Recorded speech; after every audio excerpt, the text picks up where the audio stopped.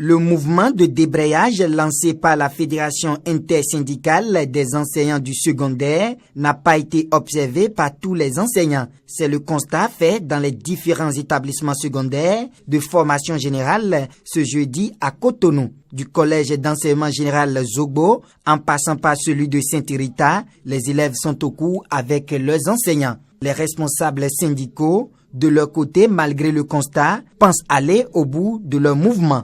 Ils nous expliquent leurs revendications. Il s'agit de tout ce qui concerne la formation des contractuels reversés en 2008. Et ce qui concerne leur formation, le reclassement, les rappels, tout ce qui est lié à cela. Jusque-là, toutes les cohortes n'ont pas fini de la formation et les négociations. Il y a eu des rencontres avec les autorités de l'enseignement secondaire qui n'ont pas abouti. La dernière fois, le 3 janvier, nous avons eu à faire un sit-in au ministère.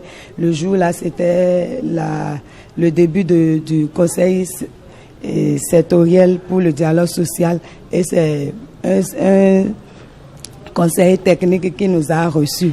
Mais suite à cela, plus rien n'a été fait. Et c'est ce qui a motivé aujourd'hui les enseignants et contractuels à aller en grève.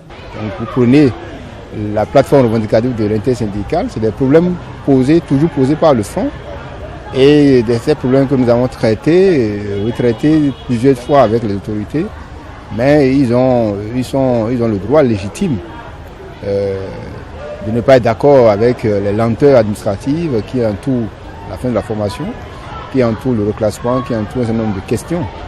Et l'audit qui a annoncé, qui est le véritable problème qui leur fait peur aujourd'hui. Est-ce qu'on va renvoyer certains? Est-ce qu'il faut faire l'audit ou pas?